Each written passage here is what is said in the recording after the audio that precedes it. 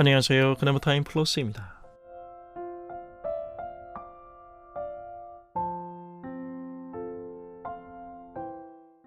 우리가 발을 딛고 살아가는 세상에서 누구나의 경험 속에 숨어있는 솔직한 생각은 힘이 있어야 한다는 것입니다. 누가 자라나의 사회 속에서 상대의 버금가는, 아니 상대를 압도하는 힘이 있어야 살아남는다는 건 아마도 누구나 경험으로 터득한 상식이겠죠? 그래서 사람들은 어쩌면 강박적으로 자기 개발과 스펙 쌓기에 골몰하는지도 모르죠. 숨길 수 없는 인간의 자신감은 이러한 배경 속에서 나온다고 생각하는 건 비단 어제 오늘 일만은 아닙니다. 이러한 현실 위에서 크리스천 또한 신앙적 분투는커녕 본능적 생존 감각 안에서 확보된 그 힘이 제공하는 달콤한 현실에 안주하고자 하는 마음이 더 클 것입니다. 이에 그치지 않고 우리의 등 뒤에 숨어 야비한 입술로 조심스럽게 속삭이는 존재는 그러한 환경과 배경을 하나님의 복이라고 정의하고 기독교 신앙이 세상을 향한 더 큰 설득력을 발휘할 수 있을 것처럼 자극합니다. 애초에 신앙적 의도와는 상관없이 세상을 향하여 폼잡고 뻐기고 싶은 위상 뒤에 감추어진 못된 꿍꿍이를 똑똑히 보아야 합니다. 나의 온몸이 울부짖는 나 자신에 대한 미칠 것만 같은 자랑입니다. 우리는 여기에 참으로 취약합니다. 하나님은 그런 우리에게 들어찬 힘을 빼놓으십니다. 하나님의 생각은 우리의 생각과 다르기 때문입니다. 옥중서신인 빌립보서를 보면 사도 바울의 기쁨과 감사의 내용은 무엇이었습니까? 사도 바울은 옥중에 갇힌 자신의 매임을 통하여 오히려 복음 전파의 진전이 이루어졌다고 말합니다.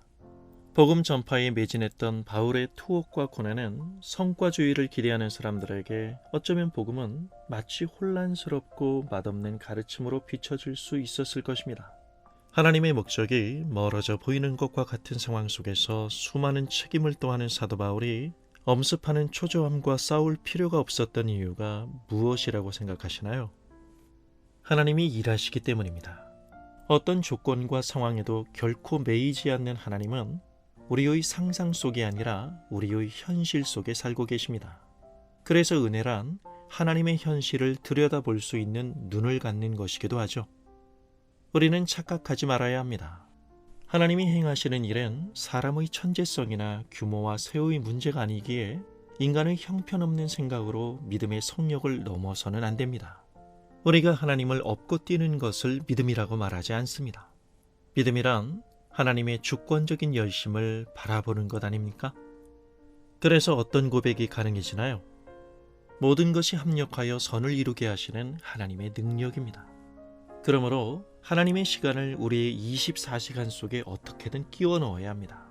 하나님이 일하시는 그분의 현실과 우리의 현실이라는 간격의 차가 좁힐 수 없을 만큼 큰 것 같지만 믿음은 차원이 다른 것 같은 이 두 현실이 예수 그리스도 안에서 오버랩되어 있는 것을 말해주고 있기 때문입니다.